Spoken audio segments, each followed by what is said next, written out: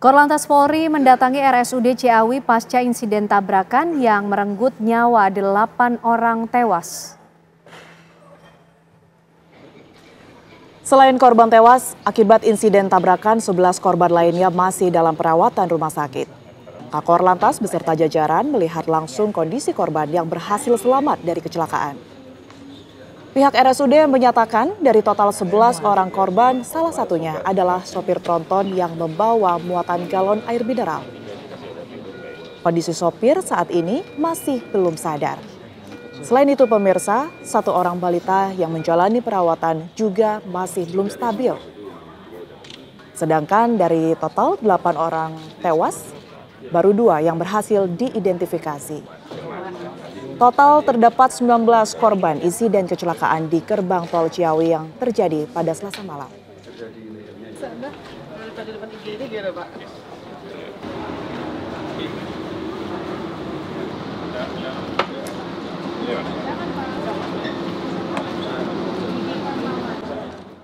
Kecelakaan beruntun yang melibatkan 7 kendaraan menelan 8 korban jiwa terjadi di gerbang tol Ciawi Bogor, Jawa Barat Selasa malam.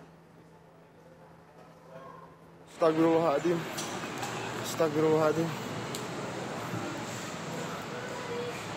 Kecelakaan gerbang tol Ciawi, remblong.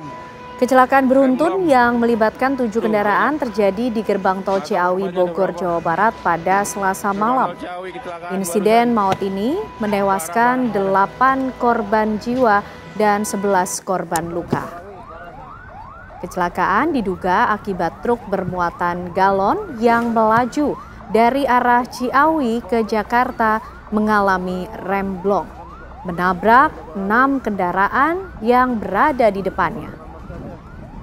Kala itu 6 kendaraan tengah mengantre untuk bertransaksi di pintu tol.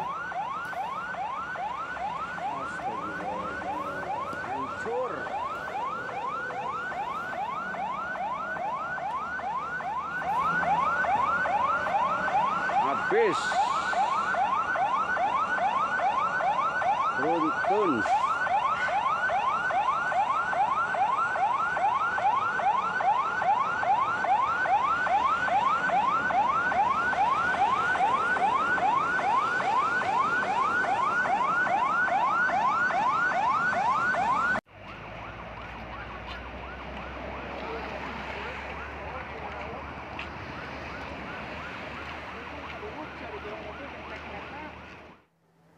Kecelakaan di gerbang tol Ciawi 2 dari arah Ciawi menuju Jakarta pada Selasa malam melibatkan setidaknya 6 kendaraan. 3 diantaranya terbakar, yakni 1 truk dan 2 mobil minibus.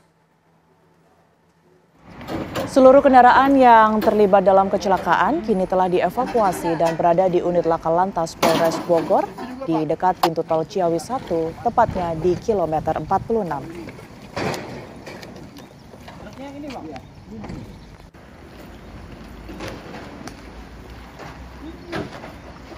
Petugas dari Satlantas Polresta Bogor Kota serta Dinas Perhubungan Kota Bogor melakukan identifikasi bangkai kendaraan yang terlibat dalam kecelakaan beruntun di pintu tol Ciawi 2. Kondisi mobil para korban ringsek tak berbentuk membuat petugas sulit melakukan identifikasi nomor kerangka dan nomor mesin.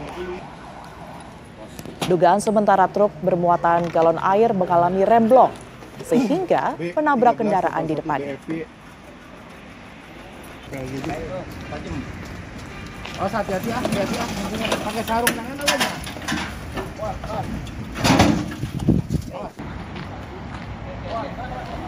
Coba salah, salah.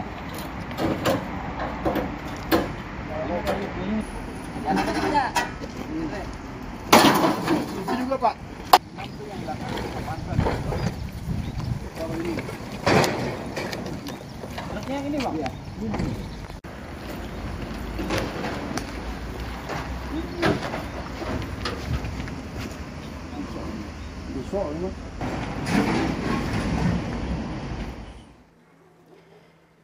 Ya, kita akan langsung mengupdate informasi pemirsa mengenai sejumlah kecelakaan yang mengalami laka lantas di Bogor, Jawa Barat. Sudah ada Agam di TKP kecelakaan, kemudian juga ada Syahda Yustiza di rumah sakit. Kita ke Agam terlebih dahulu. Selamat malam Agam, apa informasi terbaru yang Anda dapatkan dari TKP? Apakah sejumlah kendaraan tersebut ini sudah bisa terdeteksi nomor polisi maupun juga kendaraannya? Ya baik Tiara, Ken dan juga pemirsa, untuk situasi terkini dari Tol Ciawi 2 hingga saat ini memang pihak Jasa Marga masih terus melakukan perbaikan terhadap salah satu gardu yang mengalami dampak paling parah dari kejadian kecelakaan semalam. Ini merupakan gardu kelima dari 8 gardu yang mengalami kerusakan yang hingga saat ini Tiara dan juga pemirsa masih terus dilakukan perbaikan. Dan juga penggunaan atau pengecekan arus listrik ini masih terus dilakukan oleh tim Jasa Marga. Namun untuk situasi saat ini, bagaimana situasi daripada arus lalu lintas yang terjadi di sekitar Tol Ciawi 2 yang menuju ke Jakarta, mulai pukul 18 waktu Indonesia Barat ini arus lalu lintas sudah mulai lancar. Jika pada pukul 16 waktu Indonesia Barat tadi arus lalu lintas sempat padat yang didominasi oleh kendaraan beroda 4, namun sejak gerbang tol ataupun gardu ke-8 daripada Tol Ciawi 2 ini sudah mulai dibuka kembali, ini hanya tersisa satu gardu saja yang masih mengalami perbaikan. Artinya ini sejumlah pengendara yang akan mengarah ke Jakarta sudah dapat melanjutkan perjalanannya dengan lancar. Dan dapat Anda lihat saat ini bagaimana situasi dan kondisi di Tol Ciawi 2. Sejumlah tim dari Jasa Marga memang masih berjibaku untuk melakukan perbaikan dampak dari kecelakaan yang terjadi semalam. Di gardu kelima ini merupakan gardu yang memiliki dampak terparah begitu, karena terlihat cukup hancur semalam usai daripada kejadian kecelakaan. Dan tadi juga sempat kami berbincang langsung dengan Ketua Subkomite Lalu Lintas Angkutan Jalan KNKT Ahmad Wildan. Ini menyatakan bahwasannya memang hingga saat ini pihak KNKT masih mengumpulkan sejumlah faktual begitu. Karena dari pengendara truk sendiri ini saat ini memang masih belum sadarkan diri.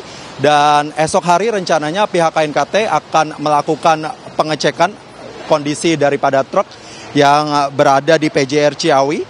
Dan untuk mengumpulkan sejumlah validasi selain untuk bertanya langsung bagaimana keadaan saat itu pengendara truk ini sendiri maupun bagaimana keadaan daripada truk, pihak daripada KNKT juga akan melihat secara langsung dan mengumpulkan sejumlah faktual untuk memvalidasi kejadian ini menggunakan CCTV yang ada dan akan memberitahukan kepada masyarakat penyebab utama daripada kejadian yang terjadi pada semalam. Dan tadi pukul 11 siang juga pihak Korlantas dan juga Polda Jawa Barat ini juga telah melakukan olah TKP. Ini olah TKP ini dilakukan dengan metode Traffic Analysis Accident, di mana sejumlah tim dari Traffic Analysis Accident ini memotret atau mengumpulkan foto di sejumlah titik lokasi kejadian menggunakan metode 3 dimensi untuk mengetahui bagaimana penyebab langsung daripada kecelakaan ini dan akan mengetahui hasil 1 hingga 2 hari mendatang. Untuk sementara demikian, Tiara juga Ken, saya kembali ke studio. Baik, terima kasih Aga mengabarkan dari gerbang tol Ciawi, di mana merupakan lokasi kejadian kecelakaan beruntun yang terjadi. Lalu bagaimana kondisi para korban? Kita langsung bergabung dengan rekan kami Syahda Yustiza di RSUD Ciawi, Jawa Barat. Selamat malam Syahda, bagaimana informasi dan kondisi terkini dari para korban kecelakaan?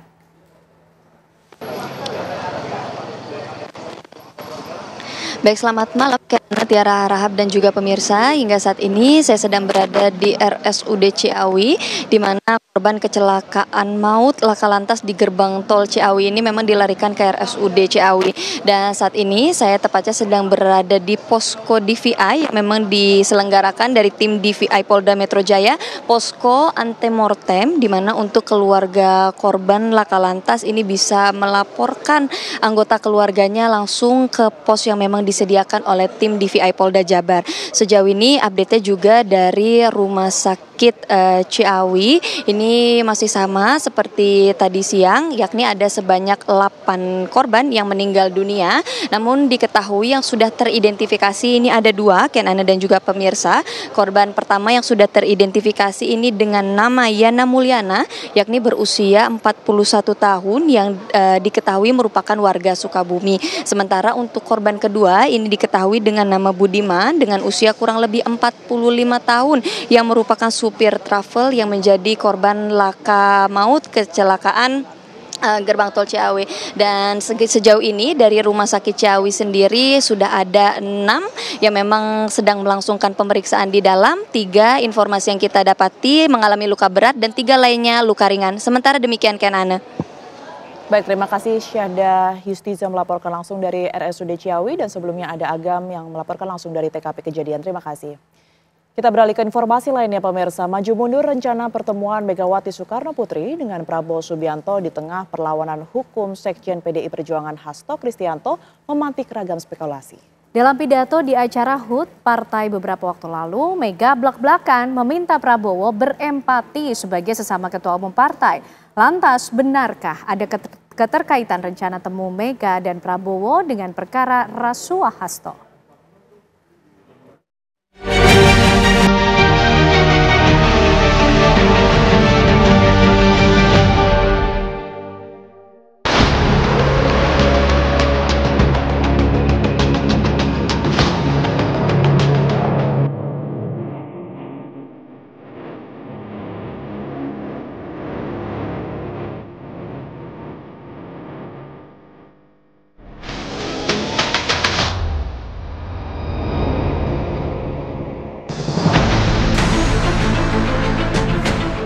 Rencana pertemuan Ketua Umum PDI Perjuangan Megawati Soekarno Putri dengan Presiden Prabowo Subianto mencuat.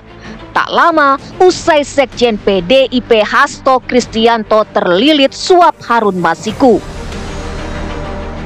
Meski sampai kini keinginan Prabowo menyantap nasi goreng buatan Mega di Teguh Umar belum terlaksana, tapi spekulasi mencuat. Mega disebut-sebut tengah butuh Prabowo. Posisi Prabowo dinilai bisa membentengi banteng dari badai kasus hukum yang tengah menghantam kadernya. Apalagi pada hari ulang tahun PDIP, Mega mengaku heran mengapa Komisi Pemberantasan Korupsi terkesan hanya membidik Hasto. KPK aku baru pikir apa kuyung. Lah KPK, masa nggak ada kerjaan lain? Hah? Yang dituding, yang diubrek-ubrek hanya Pak Hasto gue. Ayo wartawan, tulis itu. Karena sebenarnya kan banyak yang malah udah tersangka. Tapi meneng we. Pak Prabowo nih, orang mikir saya sama dia itu, wah kayaknya musuhan atau apa. Enggak.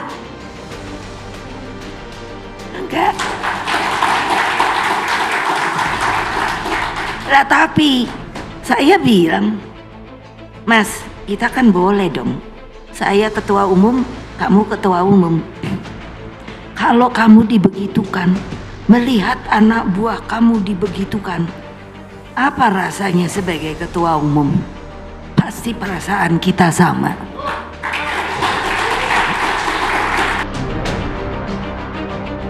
Juru bicara PDI Perjuangan Guntur Romli menyatakan Megawati memang memberi perhatian terhadap kasus yang dialami Hasto, tapi maknanya lebih luas kepada penegakan hukum di Indonesia. Pidato Megawati bukan untuk menyindir, tapi mengajak Prabowo ikut berempati sebagai sesama ketua umum partai.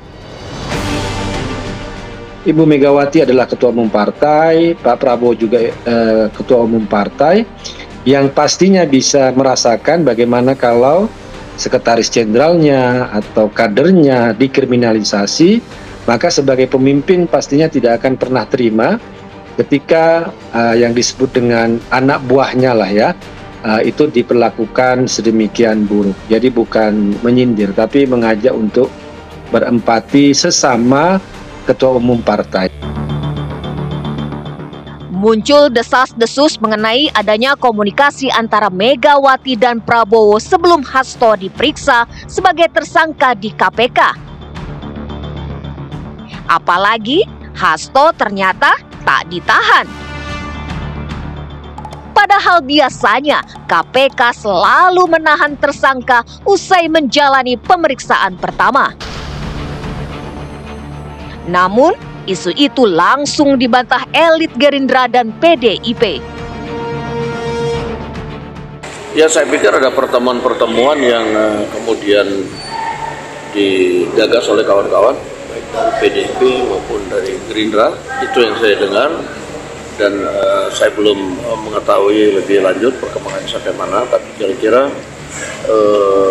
mungkin mengarah ke sana. Ya, ada beberapa pihak yang menanyakan hal yang serupa, tetapi menurut saya soal kewenangan dalam penegakan hukum itu kan memang oleh KPK. Nah, sehingga apa yang mungkin ditanyakan atau terjadi hari ini tentunya sudah melalui proses-proses yang terjadi di sana. Nah, sehingga kalau ada pertanyaan yang tidak ada hubungannya dengan Pak Prabowo atau Gerindra, demikian. Apakah terkait dengan kasus Mas Hasto? Jelas tidak. Bahwa pertemuan antara Ibu Megawati dengan Presiden Prabowo itu lebih kepada menjalin silaturahim, komunikasi langsung, kemudian terkait agenda-agenda kenegaraan, kebangsaan, terkait juga bagaimana terus memperkuat ya negara kesatuan Republik Indonesia. Jadi tidak akan membicarakan soal deal politik, apalagi membicarakan suatu kasus hukum, itu tidak akan pernah dilakukan oleh Ibu Megawati itu, Mas. Juru bicara KPK menyebutkan alasan Hasto tak langsung ditahan karena penyidik masih harus melengkapi berkas pemeriksaan saksi lainnya. Penyidik masih membutuhkan waktu untuk memeriksa beberapa saksi yang masih belum hadir dan masih dibutuhkan. Ya, sebagaimana rekan-rekan ketahui juga ada beberapa saksi yang dipanggil di perkara ini belum hadir. Dalam pandangan pengamat politik, baik Prabowo dan Megawati sama-sama saling membutuhkan. Prabowo butuh PDIP sebagai jembatan politik bagi kelompok oposan. Sementara bagi Mega, Prabowo adalah mitra politik agar moncong putih kokoh berdiri. Bagi saya, jangan ada lagi wacana dan jangan lagi ada isu bahwa pertemuan keduanya ini seakan-akan memberikan proteksi kepada PDIP khususnya, di mana kalau ada kader-kader mereka yang berurusan dengan hukum, itu kemudian tidak dipersoalkan dan tidak kemudian di follow up sehingga tuntas. Karena kita tahu bahwa Prabowo Subianto itu sudah memberikan komitmen politiknya yang cukup luar biasa, bahwa persoalan korupsi, bahwa persoalan hukum itu memang harus ditegakkan tanpa pandang bulu. Analis politik Henry Satrio menilai rencana pertemuan Megawati dan Prabowo tidak ada kaitannya dengan kasus Hasto.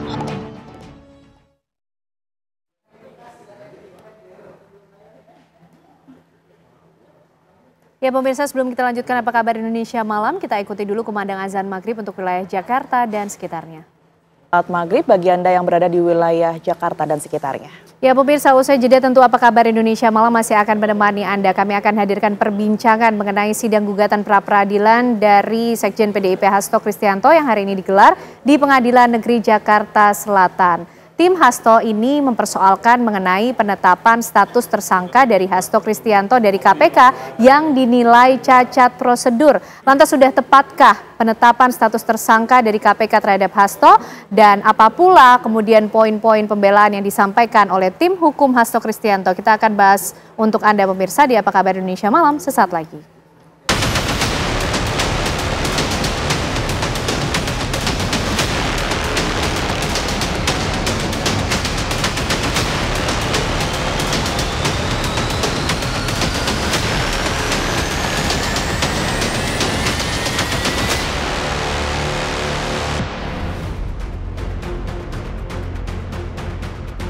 Pengadilan Negeri Jakarta Selatan menggelar sidang pra-peradilan Sekretaris Jenderal PDI Perjuangan Hasto Kristianto. Persidangan dipimpin Hakim Tunggal Juyamto yang menghadirkan tim kuasa hukum Hasto dan juga Komisi Pemberantasan Korupsi. Sebelumnya, sidang pra-peradilan tersebut ditunda karena KPK tidak hadir. Kuasa hukum Hasto, Todung Mulya Lubis, mengungkapkan penetapan Hasto sebagai tersangka cacat hukum karena ada sejumlah pelanggaran dalam proses penyidikan. Penetapan Hasto Kristianto sebagai tersangka sudah dilakukan. Nah, tapi proses penetapan Hasto Kristianto sebagai tersangka ini yang menjadi isu kita. Dan tolong diingat bahwa proses itu sama pentingnya dengan hasil akhir. Hasil akhirnya kan penetapan tersangka. Tapi kalau prosesnya itu cacat, kalau prosesnya itu tidak sesuai dengan due process of law, penetapan itu tidak sah ya, dan harus dibatalkan. Gugatan pra-peradilan ini diajukan oleh Sekjen PDI Perjuangan Hasto Kristianto berkaitan dengan keabsahan penetapan status tersangkanya oleh Komisi Pemberantasan Korupsi dalam kasus dugaan suap dan perintangan penyidikan kasus eks-politisi PDI Perjuangan Harun Masiku. Lantas, tepatkah alasan KPK menetapkan Sekjen PDI Perjuangan Hasto Kristianto sebagai tersangka berdasarkan aturan dan prosedur yang benar? Akankah pihak kubu Hasto mampu menunjukkan celah-celah kekeliruan KPK dalam menetapkan Hasto sebagai tersangka? Tim TV One mengabarkan.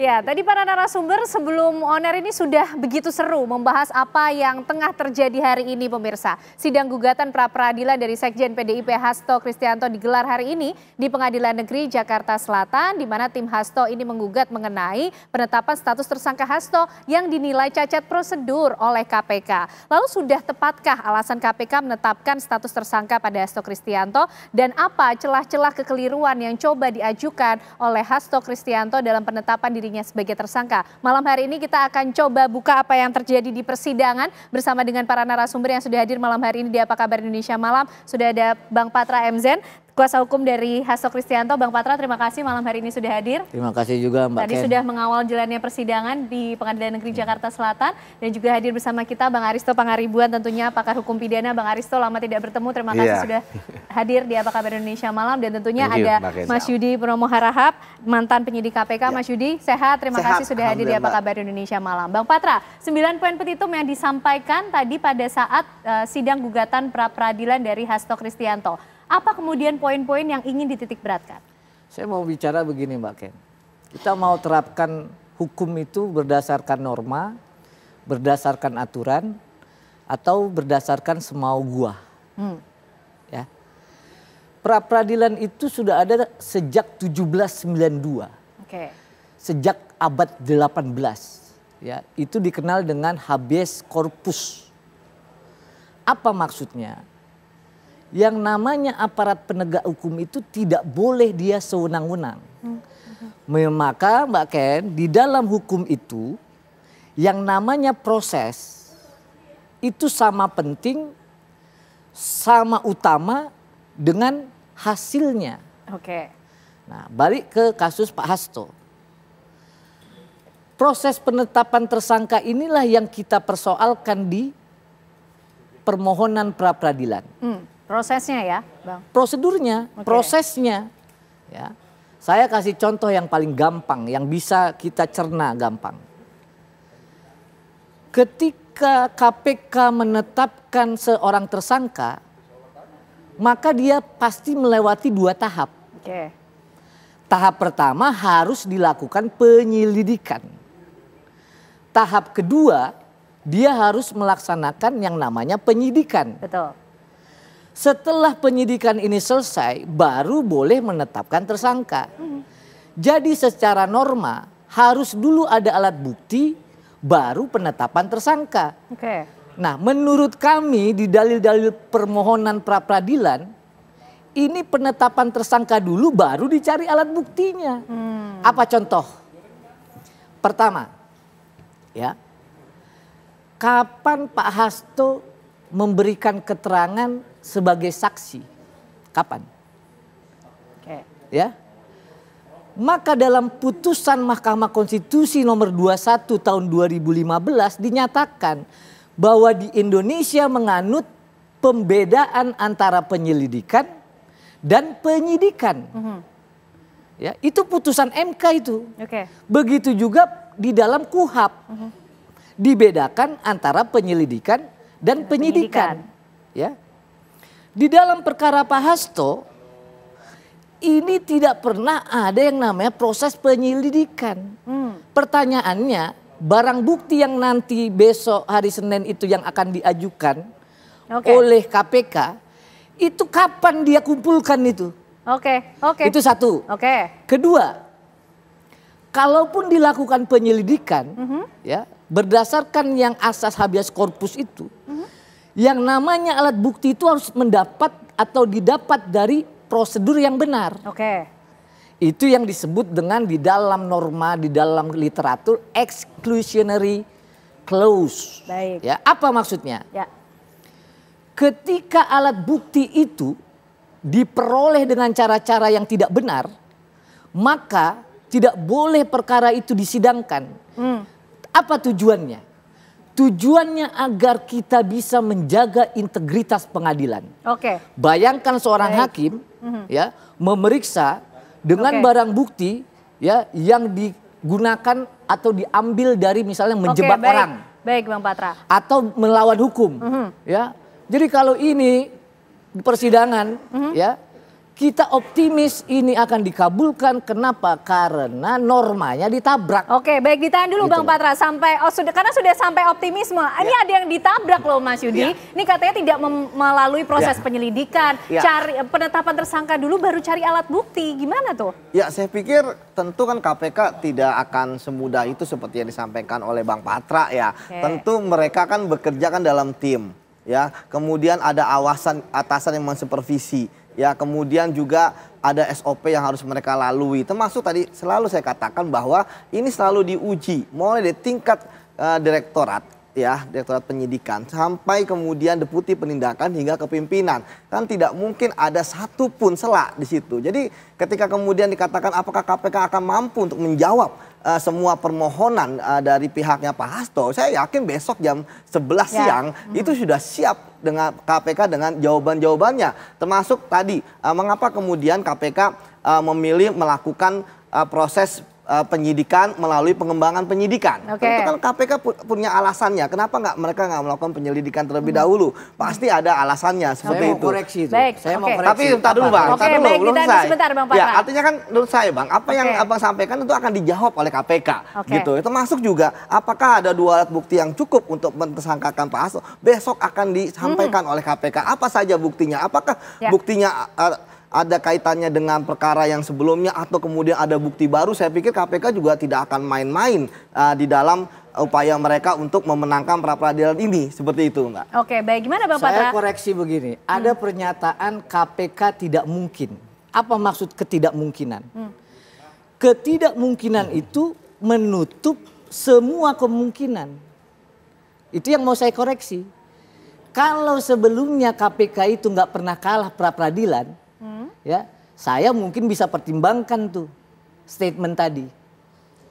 KPK itu sudah 9 kali. Ya, 9. Nah, ini 9 nih. Kalau 11 nggak muat nih. Baik. 9 kali ya dinyatakan oleh pengadilan bahwa prosedur itu ditabrak. Gitu. Baik. Gak usah saya sebutkan 9. Maka saya bilang, saya nggak bilang pasti dikabulkan, saya optimis. Tapi kalau ada yang orang bilang tidak mungkin, dari mana ceritanya? Yang buat jawaban aja bukan beliau kok. Gimana? Saya kasih contoh. Baik, saya kasih contoh. Disampaikan nanti Bang Saya Patra. harus ingat ya, ketika baik, KPK Mas Yudi, kalah silakan. pra-peradilan, ya itu mereka menaikkan kembali sprindiknya. Hanya ada 2 yang belum dinaikkan. Kalau kemarin KPK menyampaikan bahwa masih belum ada alat bukti lagi untuk mentersangkakan. Artinya kan clear gitu ya, bahwa KPK ternyata diuji. Bang, ketika KPK kalah, naikkan sprindik lagi, itu diuji lagi, akhirnya KPK menang. Kan menarik saya gitu kasih kan. Contoh yang paling mudah.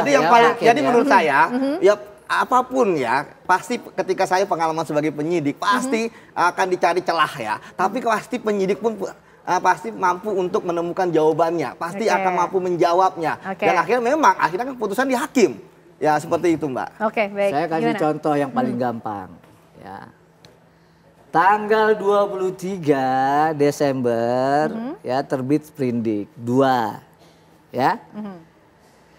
Tanggal 31 Desember keluar surat pencekalan. Kalau prosedurnya benar gimana?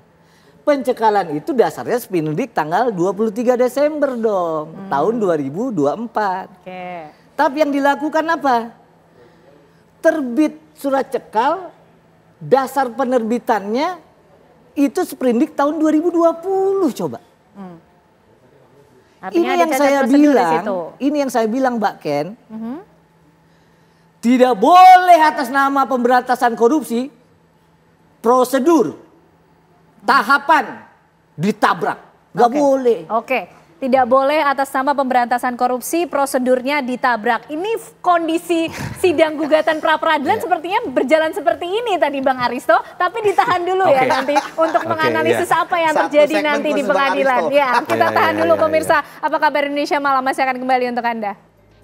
Baik pemirsa, kembali kita akan bahas apa yang terjadi di ruang persidangan dalam sidang gugatan pra-peradilan yang kemudian diajukan oleh Hasto Kristianto atas penetapan status tersangka dirinya yang dinilai cacat prosedur dari KPK. Bang Aristo, kalau kita melihat kayaknya tadi kondisi di persidangan kalau tidak ditunda dilakukan besok seru tadi. Apa poin-poin yang bisa kita ambil? Jadi gini, ini tadi teknis sekali ya. Memang pra-peradilan betul menguji formalitas teknis, tapi saya mau coba jelaskan dengan bahasa yang lebih sederhana apa sih yang diperdebatkan nih berdua nih. Jadi pertama dari Bang Patra ya, Bang Patra kan mengatakan yang namanya perkara Hasto ini udah ada sprindiknya dulu yang sudah ada namanya, kemudian baru dikumpulkan buktinya. Jadi ada tersangkanya dulu, dikumpulkan buktinya. Argumen itu dibangun atas basis formalistik. Apa maksudnya basis formalistik? Surat perintah penyidikannya itu sudah ada namanya dulu. Artinya ketika sudah mulai penyidikan, sudah ada namanya, orang ini sudah ditarget. Tapi apakah betul demikian itu terjadi? Ya belum tentu. Itu kan alasan formalistik yang diuji di pra-peradilan. Nah sementara Mas Yudi ini mengatakan bahwa kira-kira sederhananya, oh enggak, kalau di KPK itu penyelidikan adalah bagian dari penyidikan juga. Iya enggak? Jadi artinya alat-alat bukti sudah dikumpulkan. Jadi enggak begitu, enggak ditarget. Sebenarnya sudah disusun lebih awal. Ya, jadi itu paperwork itu bukan berarti apa yang dikatakan oleh Bang Patra itu. Nah, sebenarnya itu nggak substantif menurut saya, karena pra-peradilan itu tidak menguji substantivitas dari perkara itu. Ini adalah permainan formalistik ya, apa yang tertulis di dalam surat. Mencari celah kemudian. Mencari-cari celah prosedur. Yang dicari adalah celah cacat prosedur. Tapi kalau kita lihat contoh-contoh, perkara-perkara ada yang menang begitu, kalau ditanya ada yang menang. Perkara begitu, misalnya perkara dulu Prof. Edi yang Wamen itu kan begitu juga, dia menang karena ada prosedur bahwa bukti-bukti penyelidikan dipakai di penyidikan. Tapi ada juga nggak yang dikalahin sama hakim? Ada nggak hakim Indonesia yang berpegangan bahwa oh itu cacat prosedur itu tidak menggugurkan kasus? Ada juga, banyak juga perkara yang artinya ditolak. Seharusnya celah yang diangkat yang di mana? Karena hukum kita itu silent soal itu, soal penyidikan dan penyelidikan itu tidak diatur secara detail. Cuman diatur secara singkat adalah penyelidikan itu adalah fact oriented atau mencari tindak pidana. Kalau penyidikan suspect oriented, mencari tersangkanya. Nah, bagaimana ini implementasinya itu betul-betul tergantung hakim. Nah, bagaimana kira-kira statistik hakim Indonesia memutus itu? Ada yang pernah dimenangkan, ada yang pernah dikalahkan. Ini kan cuma cari-cari celah. Tapi ini kita belum menguji substansinya sebenarnya. Nah, substansi yang sebenarnya menarik sebenarnya yang saya mau garis bawahi adalah bagaimana sebenarnya hakim pra-peradilan ini jangan dong melihat yang namanya perkara pidana ini sebagai mathematical exercise. Apa maksudnya mathematical exercise? Ya kayak tadi, ada suratnya nggak? Suratnya betul apa enggak? Dua alat bukti 1 tambah 1, maksudnya suratnya itu permainan kata-kata atau tidak. Tapi lihat yang namanya probative value atau evidence itu beratnya seperti apa? Apakah itu bisa menjelaskan suatu peristiwa tindak pidana itu? Misalnya. Baik, sebentar Bang Patra, ditahan dulu. Silakan Bang Aristo. Misalnya, apakah tindak pidana yang dikonstruksikan itu betul memang ada bukti-buktinya? Nah, artinya misalnya, mohon maaf saya membaca-baca juga, misalnya salah satu argumentasi dari tim Pak Hasto itu kan adalah, oh ini nggak ada substansi kasusnya karena kasus ini sudah BHT. Seolah-olah menyatakan bahwa pembuktian itu terhenti di satu kasus kalau itu sudah BHT. Jadi dia merujuk kepada kasusnya, kepada objeknya. Ya. Padahal pembuktian itu berhenti kepada subjeknya kalau itu sudah berkekuatan hukum tetap. Jadi artinya apakah bisa dibuka lagi? Iya. Dan inilah harus diuji apakah bukti-bukti ini betul bisa membuka lagi penyidikan. Karena yang namanya metode pembuktian itu adalah pada waktu itu adalah dia mengcapture, memotret realitas tindak pidana pada waktu itu semampunya. Baik. Nah, pada waktu itu mungkin tidak sempurna potret itu, gambaran itu. Tidak sempurnanya bisa karena dua hal. Satu, faktor legal, kurangnya bukti-bukti. Nah, itu yang coba mungkin dipropos argumentasinya sama Bang Patra. Atau yang kedua, faktor non-legal. Apa faktor non-legal? Ya, intervensi dan lain-lain. Nah, inilah yang kemudian harus dibuktikan. Oke, menarik membahas ini. Apakah kemudian tim dari Hasto Kristianto ini juga sudah menyiapkan celah lain untuk membuktikan adanya kekeliruan dari penetapan status tersangka Hasto dari KPK? Nanti dijawabnya ya, Bang Patra ya. Usai jeda kami kembali untuk Anda pemirsa. Hak magistrat. Ya, Hasto lawan KPK, siapa yang akan menang pemirsa kira-kira? Itu yang akan kita lihat nanti kelanjutannya di persidangan yang akan berlangsung esok hari. Kelanjutan dari sidang gugatan pra-peradilan yang berlangsung hari ini. Bang Patra, tadi kalau disampaikan oleh Bang Aristo sepertinya 2 poin tadi lah paling tidak yang disampaikan. Ini sebenarnya bukan substansi. Gimana Bang Patra? Masih punya poin lain untuk kemudian mempertanyakan atau menjadi celah kekeliruan dari KPK dalam penetapan status tersangka Hasto? Bukan substansi, artinya bisa dibuka lagi. Walaupun itu dikabulkan, dibuka lagi. Bisa. Saya ingatkan tuh ya pada beliau itu. Ada yang disebut dengan head strafrecht is in slagrecht. Artinya Bang?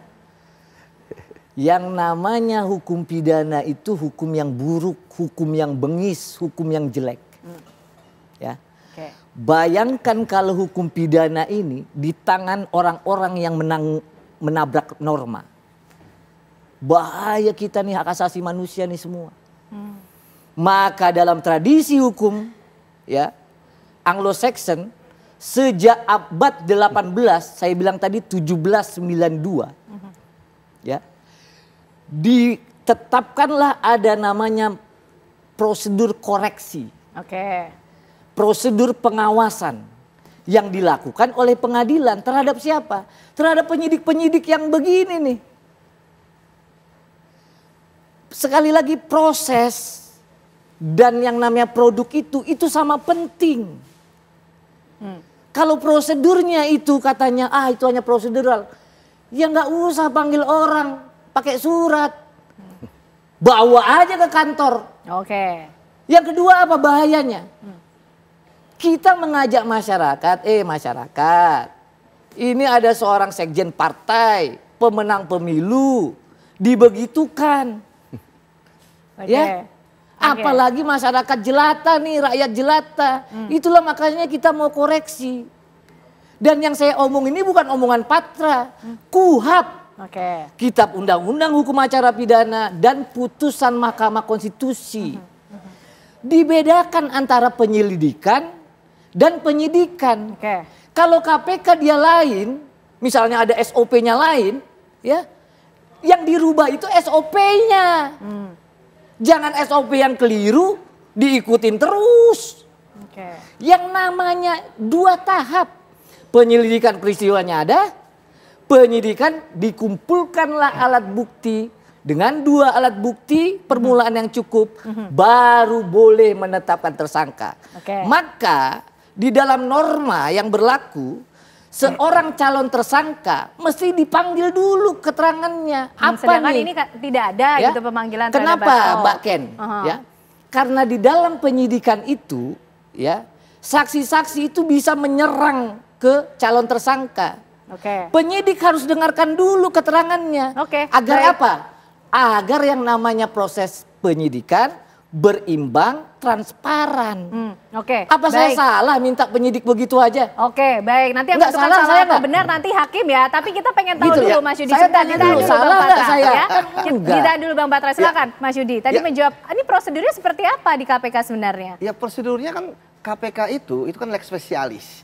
Apa hukum acara yang berlaku adalah apa yang ada di Undang-Undang KPK. Kalau tidak ada di Undang-Undang KPK, maka pakai Undang-Undang Tipikor. Kalau di Undang-Undang KPK dan Undang-Undang Tipikor tidak ada, maka kemudian barulah menggunakan KUHAP. Dan KPK banyak lex spesialis spesialis ya, karena terkait dengan bagaimana KPK memberantas korupsi sebagai kejahatan luar biasa. Dan saya pikir tadi ya tidak masalah lah diuji seperti apapun, mau ada 9 kali gugatan dan sebagainya, nggak masalah, pasti KPK akan bisa menjawab itu. Ya, termasuk ketika tadi disampaikan kan bahwa KPK mengatakan bahwa loh ini kan ada perubahan-perubahan permohonan gitu kan, ya, tapi kan hakim tegas ya mengatakan besok jam 11. Tapi saya yakin ya malam ini teman-teman dari Biro Hukum, penyidik KPK pasti akan memformulasikan jawabannya ya, dan tidak ada satupun yang tidak akan dijawab. Karena sudah yakin betul semuanya sudah sesuai yakin betul prosedur, gitu kan, pasti sudah ada jawabannya, dan jawabannya pun kalau Bang Patra bermain normatif dan sebagainya pasti ada normatifnya, yuridisnya dan sebagainya. Sekali lagi inilah yang akan diuji oleh pimpinan KPK seperti itu. Jadi saya boleh tanya Oke, baik, silakan. Apa yang dimaksud dengan lex spesialis itu? Mas Yudi dong. Ya, apa yang dimaksud lex spesialis? Ya kan undang-undangnya lebih khusus KPK. Saya tanya ada tindak di pidana dalam, korupsi. nah makanya saya tanya di dalam undang-undang KPK pasal berapa yang mengatur hukum acara? Loh, banyak kewenangan penyidik KPK, bisa melakukan penyitaan, penggeledahan dan sebagainya. Lah ada, Bang. Bang. Itu lex spesialis namanya. Loh, yang namanya lex spesialis ini ya di dalam norma Mbak Ken adalah norma khusus yang menggantikan norma umum dan norma general. Ya. Pertanyaan saya, apa ada norma khusus yang menggantikan KUHAP? Tanya Pak Risto.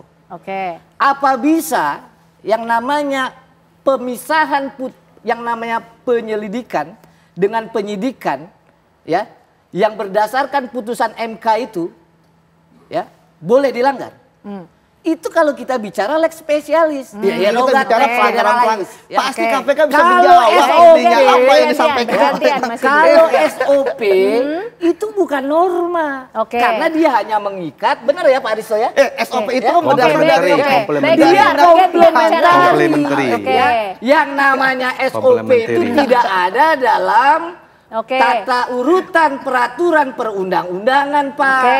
Kalau dia tidak ada dalam tata urutan peraturan perundang-undangan, maka dia bukan norma. Tidak berlaku asas yang namanya pengecualian dalam lex spesialis. Coba kita tanya suhunya dulu. Itu lahir dari mana? Dari ditahan Bang Patra, Mas Yudi ditahan. Coba sekarang gantian Bang Aristo. Lex spesialis, lex generalis ya. Karena ini supaya pemirsa juga tahu apa yang terjadi sebenarnya. Jadi persoalannya gini, pertama penyelidikan dan penyidikan itu adalah bagian dari bahasa sederhananya mau menginvestigasi. Itu loh ya. KPK atau polisi ini mau menginvestigasi.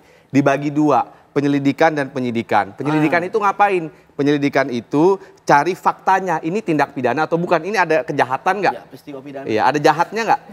Penyidikan itu ini siapa yang jahat? Nah ini sederhananya. Di KUHAP itu hanya mengatur begitu saja.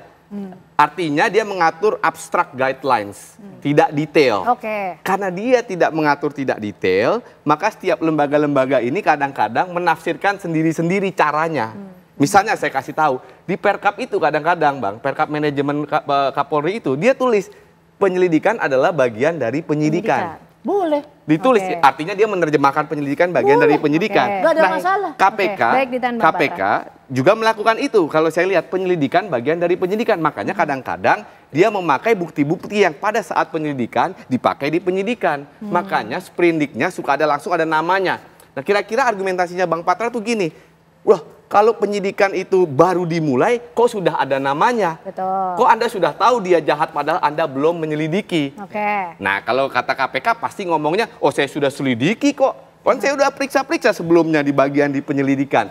Inilah yang saya bilang persoalan paperwork karena KUHAP itu mengatur abstrak guidelines, dia tidak mengatur sampai detail sekali. Nah, di mana diaturnya?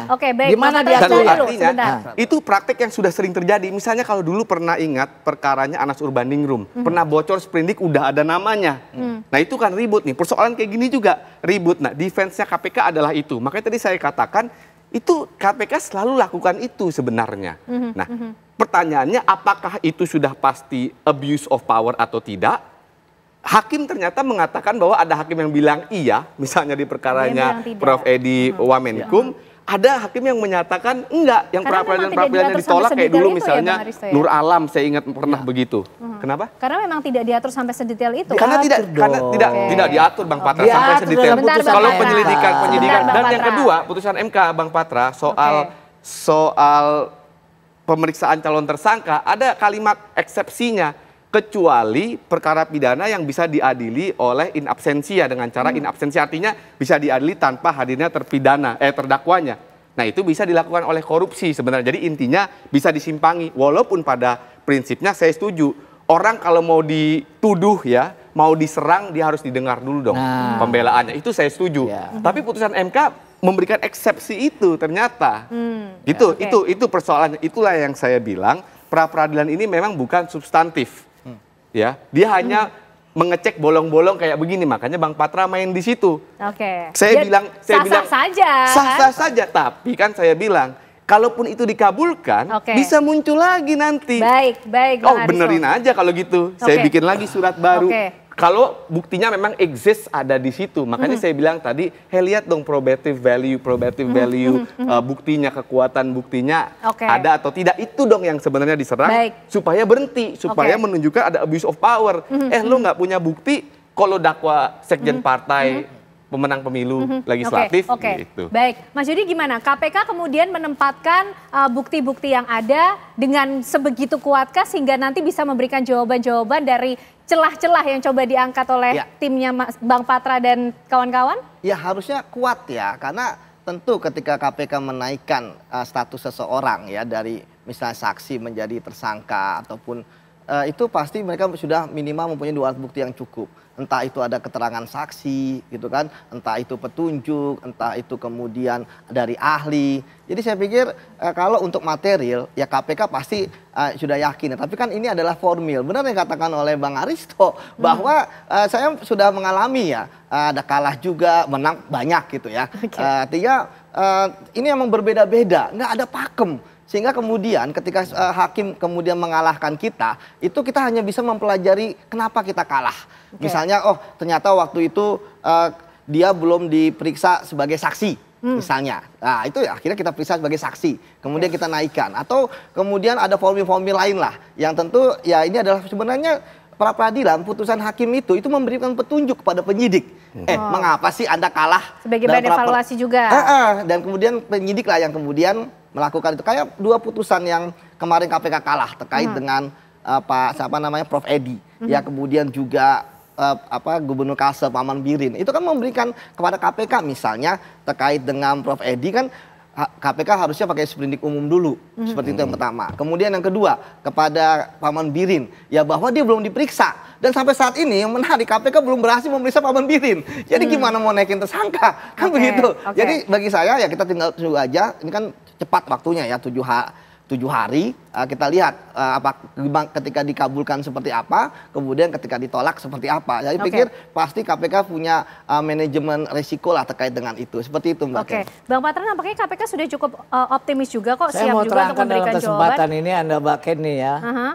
Itu yang dimaksud dengan pengembangan perkara. Kan kita sering tuh dengar ya, pengembangan perkara. Ini bukan baking soda ngembangin roti nih. Artinya apa yang disebut pengembangan perkara? Contoh, dalam putusan yang sudah dilaksanakan tahun 2020, itu sudah jelas nih bilang, menimbang bahwa berdasarkan fakta hukum, maka ada kerjasama yang erat. Siapa yang kerjasama erat? Wahyu Setiawan, Agustian Natio, ya, Saiful Bahri, Harun Masiku, serta Doni Tri Istiqomah. Doni Tri Istiqomah disebut di sini. Maka boleh dilakukan sprindik. Kenapa? Karena disebut di dalam yang namanya putusan pengadilan. Ternyata Doni itu kerjasama dia dengan Wahyu Setiawan, Agustian Natio, Saiful Bahri. Itu yang disebut pengembangan perkara. Karena pada saat dipersidangkan dia belum jadi terdakwa. Namanya disebut ternyata. Fakta yuridis menyatakan bahwa Doni terlibat. Itu yang disebut pengembangan. Tetapi kalau dalam putusan itu tidak disebut, sudah 2 putusan, tidak boleh. Makanya juga dalam permohonan pra-peradilan kita, ini kalau dibiarkan begini, Ini ada yang namanya potensi nebis ini idem ini melanggar. Oke. Orang disidang 2 kali atas perlakuan, ya, atas peristiwa, atas perbuatan, ya, yang sama.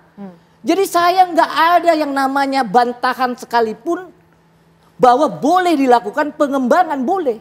Makanya sering saya bilang pengembangan itu kalau ternyata tidak disebut. Ternyata muncul dia di persidangan, ada pelaku lain, ada kerugian lain. Oke, baik. Tapi kalau nggak disebut, Pak, itu namanya nyari-nyari. Oke, baik. Kita tunggu ya nanti bagaimana pengembangan perkara.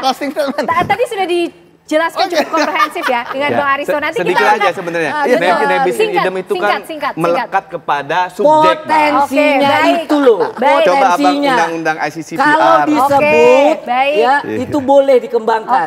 Tapi kalau nggak disebut jangan disalah-salahin. Oke, ada potensi, ada optimisme, kemudian ada juga.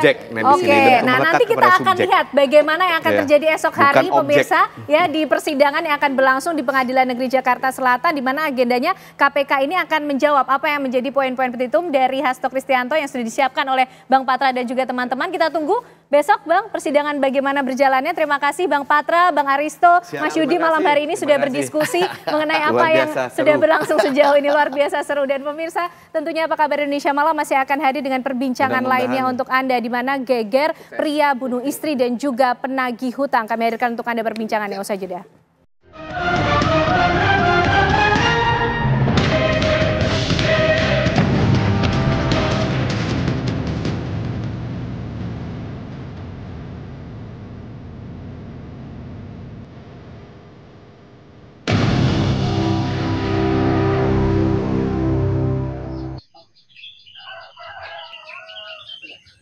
Seorang gadis asal Jonggol, Bogor ditemukan tak bernyawa usai menagih utang di Desa Sindang Mulia, Kecamatan Cibarusah, Kabupaten Bekasi, Jawa Barat.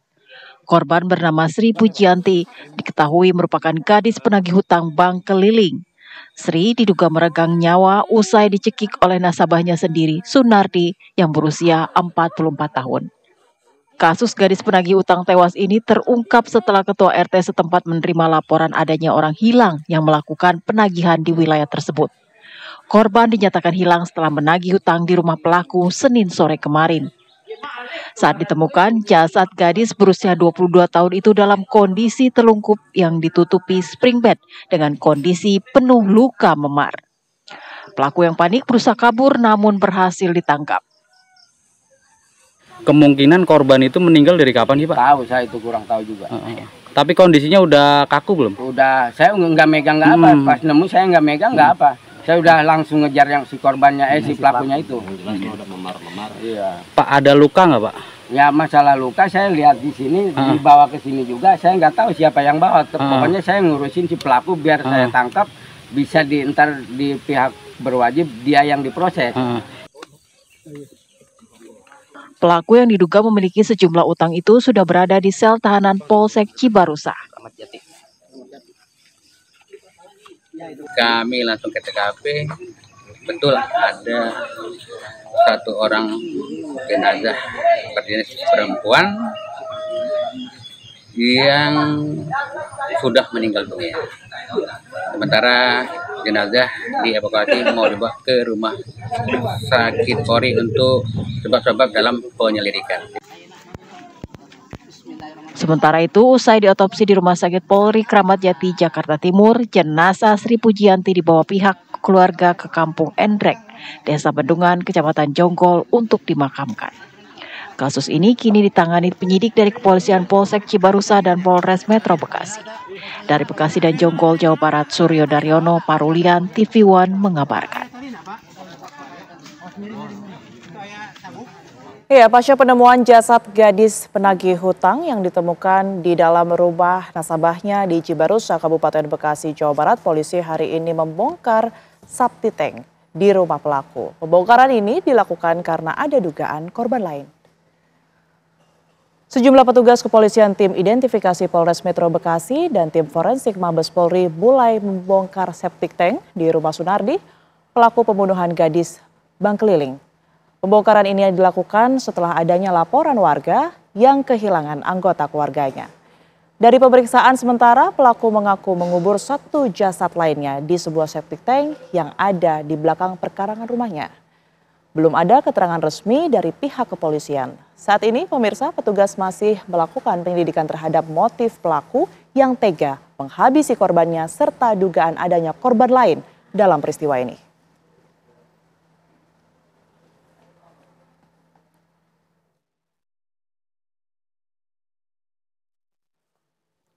Ya, kita akan langsung membahasnya, pemirsa, bersama dengan dua narasumber yang sudah bergabung bersama kami di Apa Kabar Indonesia Malam. Di studio sudah ada Bang Reza Indragiri, psikologi forensik. Terima kasih sudah hadir. Terima kasih Mbak di Tiara. Malam, Bang Reza. Sehat ya? Alhamdulillah sehat. Alhamdulillah sehat. Kemudian juga tergabung bersama kami via Zoom, begitu. Sudah ada Kapolres Metro Bekasi, Kombes Pol Mustafa. Selamat malam, Pak Kapolres. Selamat malam, Mbak Tantri. Baik, saya Tiara di studio ya, Pak ya. Baik, Pak Kapolres, langsung saja. Mbak Tiara. Ini sudah berjalan begitu ya penyelidikan terhadap tersangka. Sejauh ini update atas hasil penyelidikan tersebut seperti apa, Pak Kapolres? Selamat malam, Mbak Tantri. Jadi dapat kami sampaikan bahwa ada dua peristiwa yang sementara kami tangani.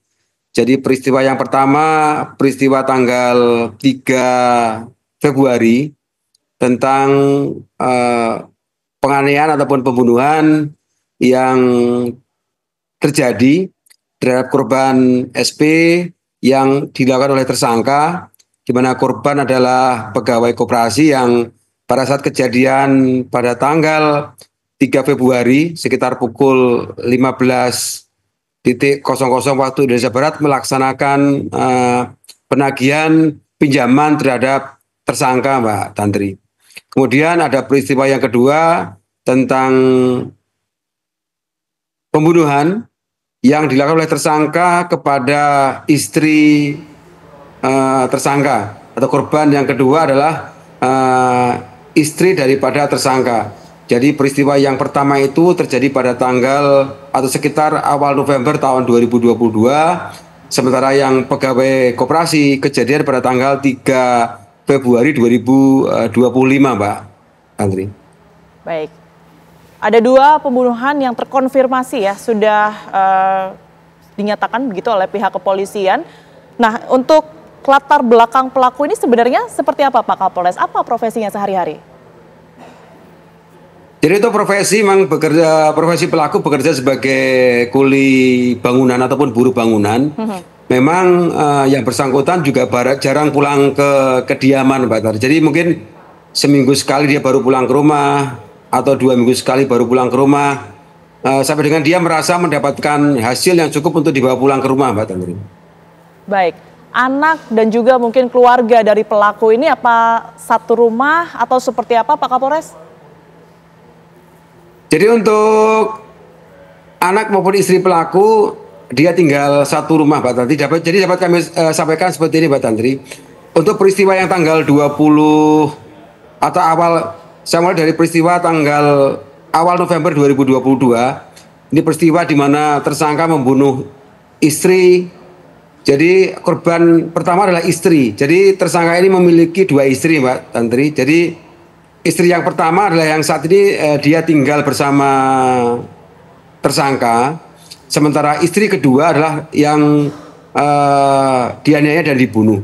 Jadi berkaitan dengan latar belakangnya terhadap istri yang pertama atau dibunuh adalah karena tersangka meminjam sertifikat tanah kepada korban untuk digadaikan di bank dengan pinjaman sekitar 50 juta. Itu adalah tanah atas nama korban, Mbak Tantri. Kemudian didesak oleh istrinya untuk dibalikan nama kepada anaknya. Baik. Sehingga tersangka panik, gimana mau membalikan nama sementara jaminan sertifikat ada di bank. Itu untuk korban yang pertama.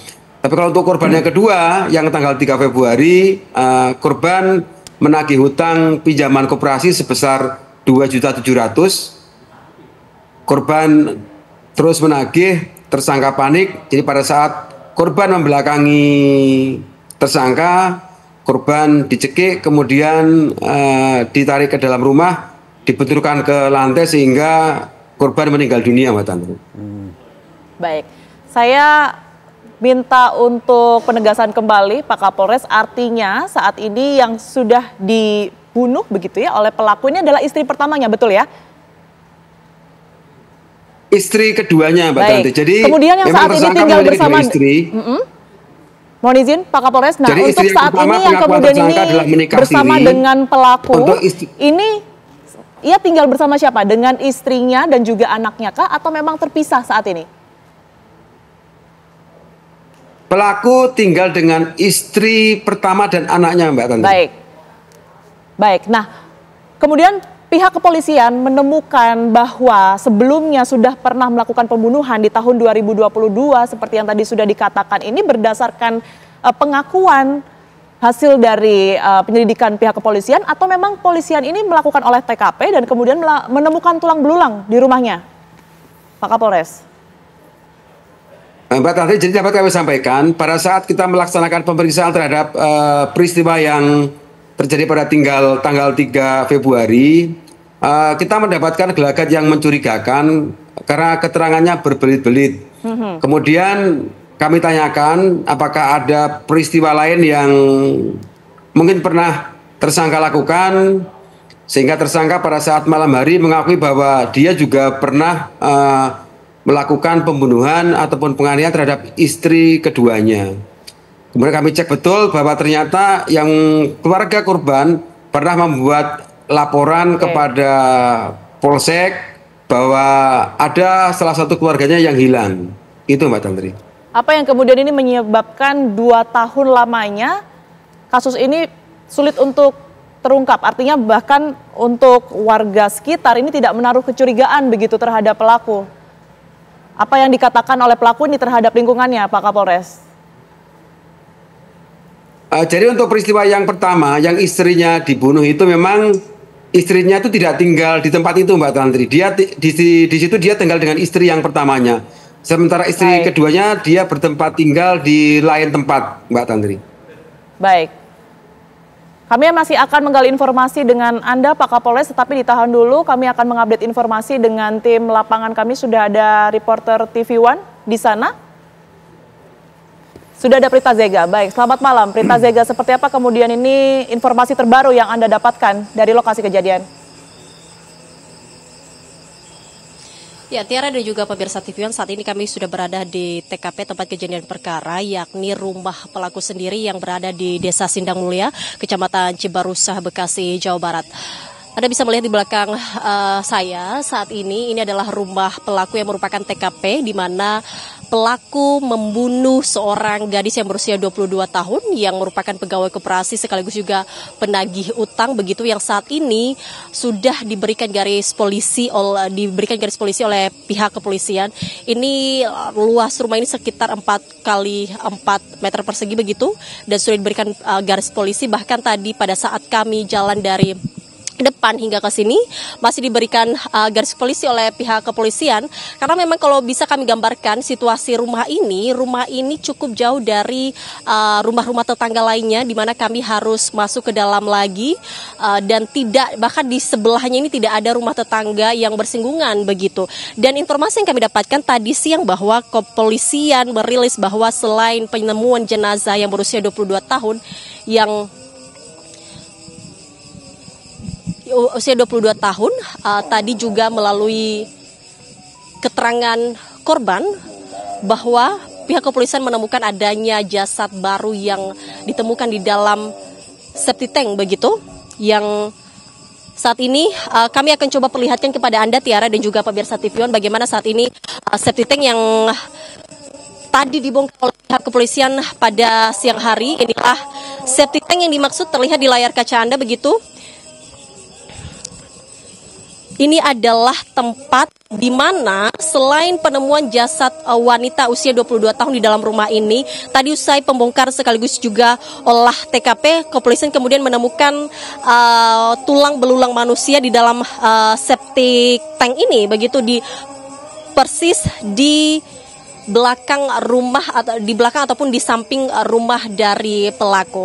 Adapun kemudian ini mengapa bisa ditemukan Adapun kemudian kenapa bisa ditemukan tulang belulang manusia di sini atas pengakuan dari pelaku sendiri usai ditahan ataupun dibawa ke Polsek begitu, dia mengaku bahwa pada tahun 2022 sekitar bulan November dirinya juga melakukan pembunuhan kepada istri kedua yang kemudian kepolisian kembali lagi ke sini untuk melakukan pembongkaran dan temukan tulang belulang dari istri kedua yang dimaksud oleh pelaku tersebut. Kembali ke Anda, Tiara.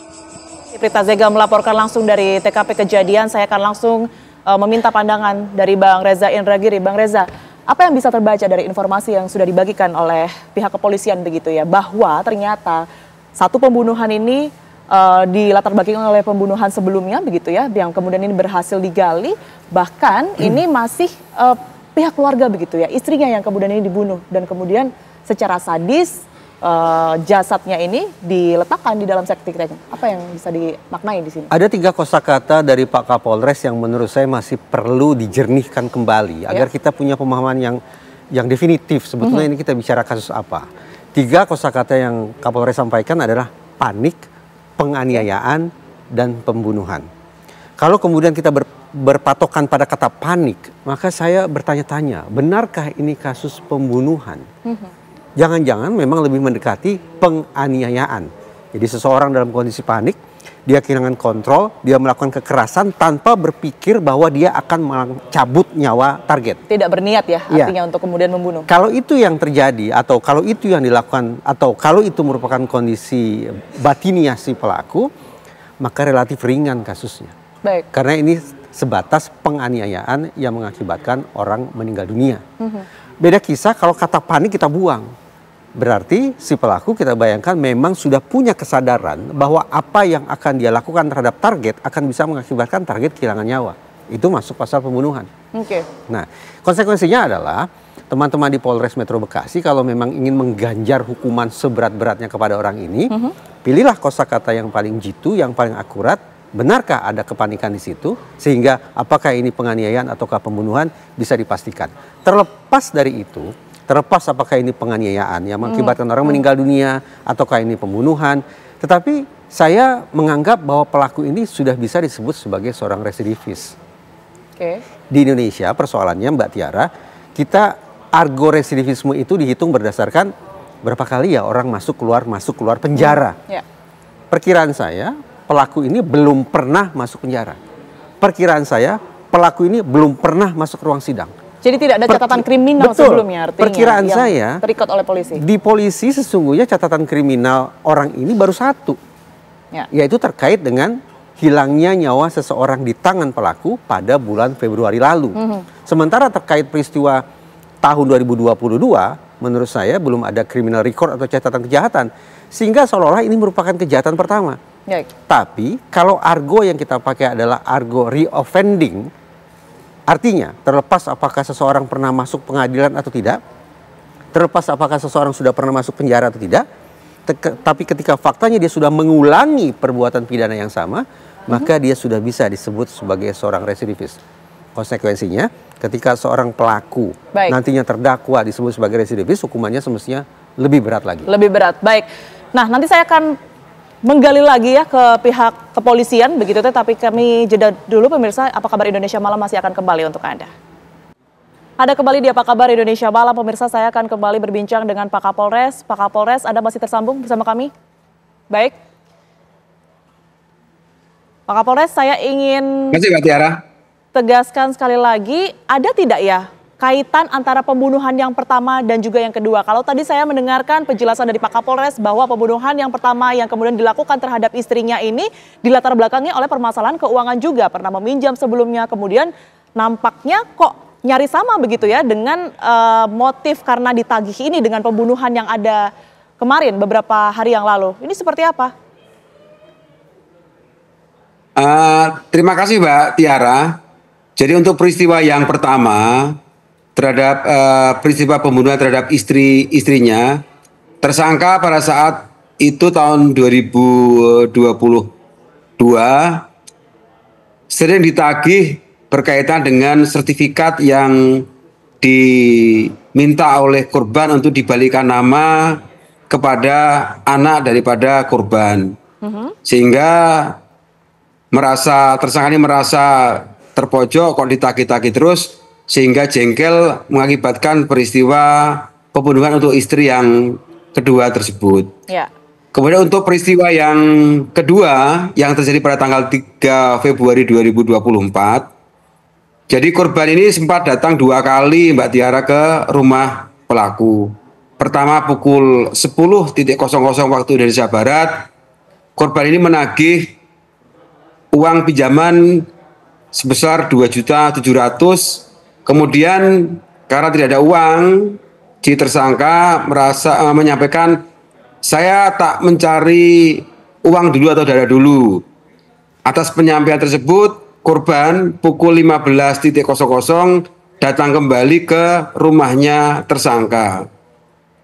Pada saat korban membelakangi tersangka, si tersangka mencekik leher korban dengan menggunakan kerudung yang dipakai oleh korban. Ditarik ke dalam, kemudian untuk memastikan bahwa korban telah meninggal dunia, dicekik kembali, kemudian korban dibenturkan ke lantai oleh pelaku. Jadi memang peristiwa bermula dari penganiayaan, kemudian dicekik untuk memastikan bahwa korban sudah meninggal dunia. Yang saya bilang paniknya dia pada saat dia menyembunyikan jenazah korban, karena peristiwa itu bermula pertama di ruang tamu, kemudian jenazah korban disembunyikan di dalam kamar korban. Jadi kamar ini terdiri dari 2 kamar tempat tidur, 1 ruang tamu dan 1 dapur, Mbak Tiara. Jadi memang dalam kata lain ini tidak ada hubungannya sama sekali antara pembunuhan yang pertama dan juga yang kedua, Pak Kapolres? Sama sekali tidak ada hubungannya, Mbak Tiara. Baik, saya akan meminta pandangan kembali kepada Bang Reza. Bang Reza, ini memang kaitannya sama begitu ya mengenai keuangan, tetapi ternyata tidak ada kaitannya sama sekali. Emang kalau Bang Reza lihat ini sama-sama juga tidak memiliki niatan untuk membunuh atau seperti apa?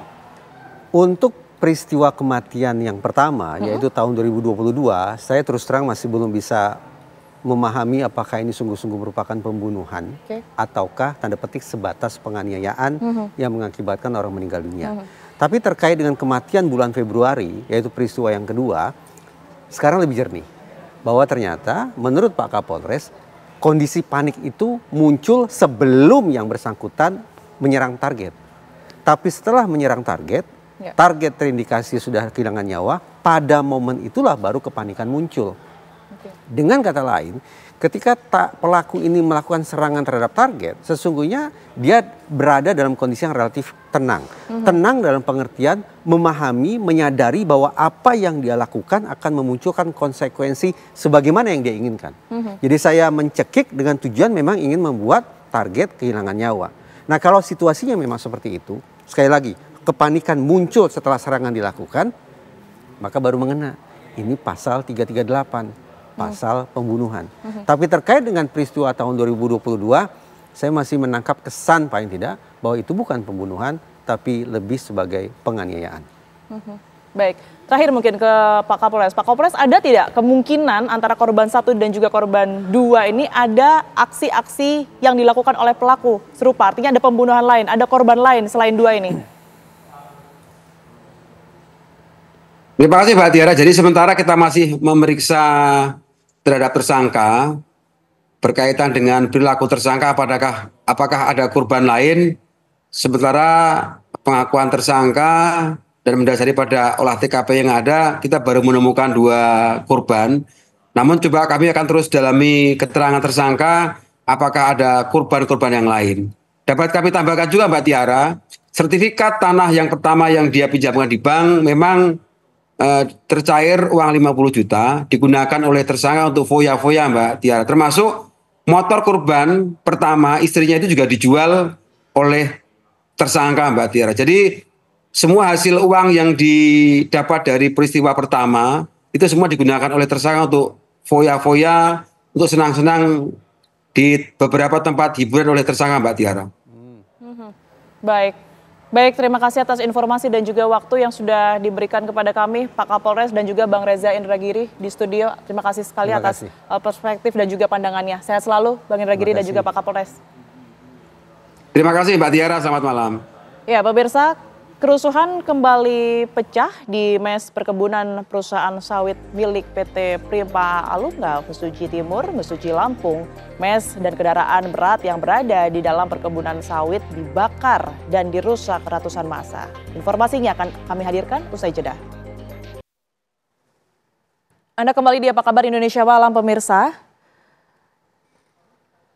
Visual yang Anda saksikan sekarang ini adalah perusakan fasilitas milik perusahaan yang diduga buntut penangkapan warga pada tanggal 6 Januari silam oleh Polres Mesuji Lampung karena kedapatan membawa senjata api di lokasi perkebunan milik perusahaan. Sejumlah karyawan perkebunan sawit yang berada di lokasi pergi meninggalkan mes untuk menyelamatkan diri dari amukan massa. Hingga saat ini, situasi masih mencekam. Aparat kepolisian dari Polres Mesuji Lampung dan Kodim Tulang Bawang diterjunkan ke lokasi untuk melakukan pengamanan.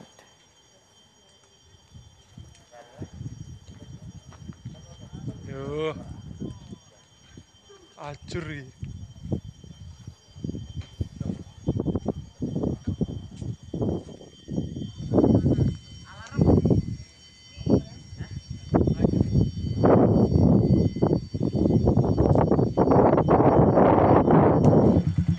Habis. Seorang polisi yang bertugas di Polres Sinjai, Sulawesi Selatan tewas diduga bunuh diri usai dijemput Badan Narkotika Nasional Provinsi Sulawesi Selatan. Sejumlah kerabat Bribka AN memadati ruang jenazah Rumah Sakit Sultan Dayang Raja, Kabupaten Bulukumba, dan sebagian histeris usai mengetahui Bribka AN terbujur kaku. Bribka AN sebelumnya dijemput Badan Narkotika Nasional Provinsi Sulawesi Selatan pada Sabtu Februari lalu dan hendak dibawa ke Kota Makassar guna menjalani pemeriksaan terkait dugaan kasus peredaran narkoba. Keluarga sendiri tidak mengetahui proses penangkapan Bribka AN oleh BNNP Sulawesi Selatan. Berdasarkan informasi, Bribka AN diduga menenggak cairan pembersih kaca yang ada di dalam kendaraan yang membawanya menuju Makassar pada 3 Februari kemarin. Kanit 3 SPKT Polres Sinjai ini sempat muntah-muntah dan kemudian dibawa ke rumah sakit di Bulukumba sebelum kemudian menghembuskan nafasnya di rumah sakit. Tampak sejumlah polisi diterjunkan untuk melakukan pengamanan di Rumah Sakit Sultan Dayang Raja. Istri korban mendesak pihak BNNP Sulawesi Selatan untuk menjelaskan kronologis kematian Bribka AN.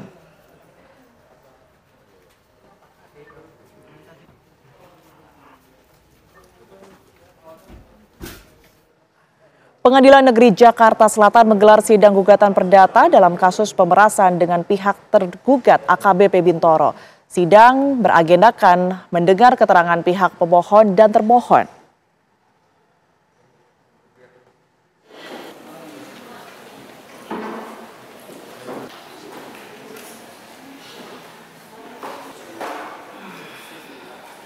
Sidang gugatan perdata kasus pemerasan dan penggelapan kendaraan mewah kembali digelar di Pengadilan Negeri Jakarta Selatan. Sidang yang beragendakan mendengarkan keterangan dari pihak pemohon dan termohon terpaksa ditunda 1 pekan karena pihak kuasa hukum pemohon mencabut gugatan. Adapun alasan dari pencabutan gugatan yaitu adanya berkas yang salah atau perbedaan nama dan alamat dari tergugat. Selain itu, pihak kuasa hukum penggugat juga berencana akan menambahkan jumlah tergugat. Sementara itu, pemirsa, kuasa hukum termohon mengaku akan mempersiapkan langkah selanjutnya. Karena dari awal mereka menilai gugatan ini merupakan unsur fitnah dan mencemarkan nama baik institusi kepolisian.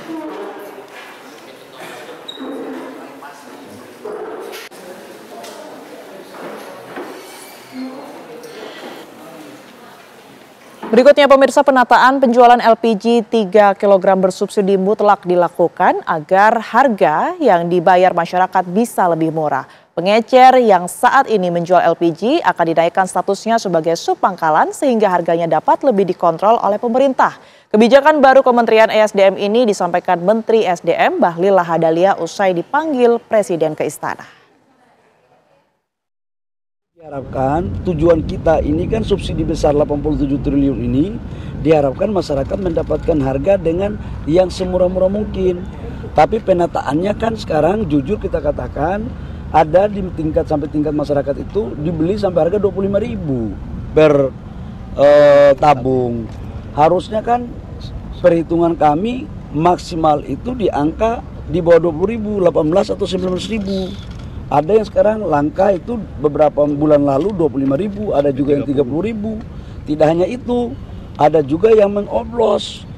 Ini kan sayang. Jadi kita ini prinsipnya melakukan penataan agar subsidi niat pemerintah itu betul-betul terjadi di tingkat masyarakat dengan baik. Kami tahu kok ada oknum-oknum yang memainkan ini. Ini yang kita mau tata. Memang kalau kita mau tata sesuatu yang bengkok menjadi lurus, pasti ada dinamika. Tapi sampai kapan bengkok ini terus terjadi? Negara kita ini kan mau ingin menjadi lebih baik agar efisiensi. Pengencer, yang tadinya pengencer, kita jadikan menjadi sub pangkalan. Kenapa? Karena kan alurnya begini loh. Dari Pertamina menuju ke agen, itu harganya sekitar 12-13.000. Dari agen ke pangkalan, harganya itu kurang lebih sekitar 16.000 atau 17.000. Nah, sekarang itu masih bisa dikendalikan oleh Pertamina. Masih bisa dipantau. Dari pangkalan ke pengencer, itu di situ yang susah Pertamina kendalikan. Nggak ada instrumennya. Dan itulah harganya terjadi sampai dengan di atas 20.000. Bahkan ada yang 30.000 kadang-kadang. Bahkan ada yang dioplos. Nah, dengan mereka menjadi sub pangkalan, maka kita akan menaruh fasilitas yang sama dengan di pangkalan. Supaya harganya bisa kita kontrol pakai IT. Itu maksudnya sebenarnya. Saya menyadari bahwa ini kan barang baru. Pasti ada penyesuaian. Nanti sambil kita melihat perkembangan beberapa waktu ke depan. Udah pasti kita akan melakukan asistensi. Tapi penataan ini penting kami lakukan sebagai bentuk cinta kami kepada rakyat. Agar uang negara yang disubsidi itu betul-betul tepat sasaran. Ya, informasi tadi sekaligus menutup Apa Kabar Indonesia malam hari ini. Pemirsa, saya Tiara Harahap. Dan saya Kiana pemirsa pamit undur diri, namun sesaat lagi program Indonesia Business Forum akan hadir untuk Anda bersama dengan Celia Alexandra dengan mengangkat tema Instruksi Prabowo Gas Melon kembali ke pengecer. Akhir kata kami pamit undur diri. Terima kasih, selamat malam, sampai jumpa.